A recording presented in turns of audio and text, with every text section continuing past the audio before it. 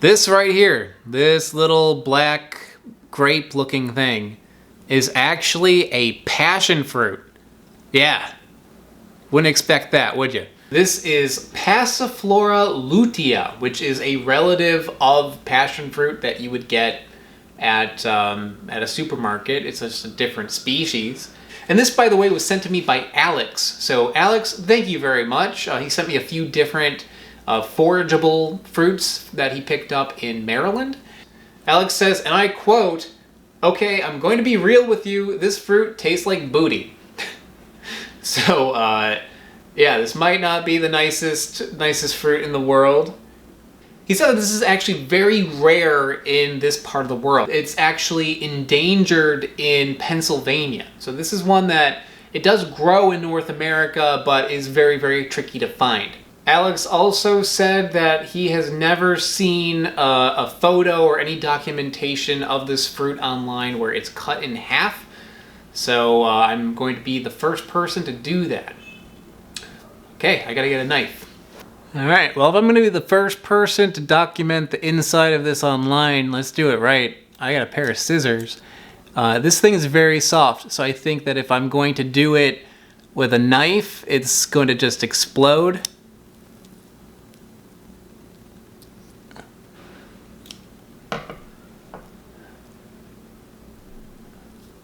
Well, not much to it, but it's white on the inside and it's hollow. They're actually very light for their size. And you can see the little seeds in there. They look like regular Passiflora seeds, like regular passion fruit seeds. And the flesh on it, or the outside bit of it, the rind, is very, very soft. Very soft, very thin. There's not much there. You know, some passion fruits are actually very thick. With these, I'm surprised they made it in the mail without breaking. Also, like when I squeeze the skin on it, you can see this very dark substance comes out. So you could probably use these as like a dye, not from the flesh on the inside, but from the darkness of the rind. This episode is sponsored by me. See that? I've got t-shirts. I sell these over on my website, which I've linked in the description below. That's it. Back to the video. Tastes like booty, huh? Alright. I see. He's right. I mean, it's not the worst thing I've ever had. I've had a lot of really bad fruit, guys. A lot of bad fruit. This thing is just leaning towards the word insipid, but a little bit more negativity. There's no sweetness at all. It's a pure zero. There's no tartness at all. It's a zero.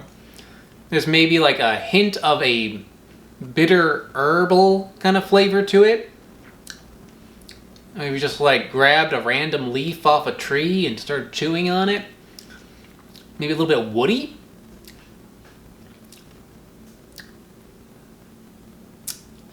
Not much to say about it. It doesn't really taste like anything. And the little flavor that it does have isn't good. So, yeah, I guess it does taste bad, but it's not like, oh my god, like, this is the worst thing in the world. It's just, it's nothing to it. I can see, like, really liking this if I was, like, a bird, but I'm not. So, for me, it's just kind of boring.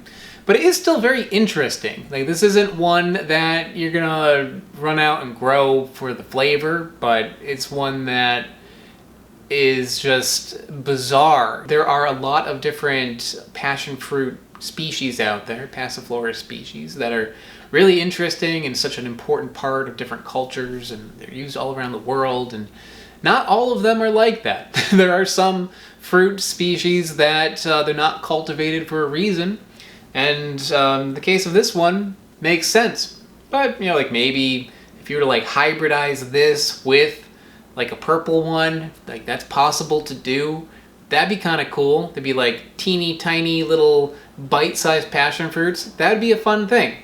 If this thing tasted good, it'd be really, really cool. So it's kind of a shame that it doesn't, but the size and everything is really neat about it. So still cool to find. And yeah, because there's not a whole lot of flavor to it, there's also not a whole lot else to say about it. So I'm gonna go. But first, thanks again to Alex for sending this to me, and thank you all for watching. I'll see you next time. Bye-bye. I would like to give a big shout out to Smarter Every Day, Loftyrex, and JMac. They are mega patrons over on patreon.com. Patreon, I'm sure you've heard about it, but basically it is how I can afford to go on all the adventures that I go on this channel and how I buy all the fruit that I buy. So if you are interested in supporting the channel, check out the link in the description below. Another way to help out is by going to my website. My website has all my videos organized into categories, which is pretty cool, and I also have t-shirts for sale over there. So check it out, and I will see you all next time.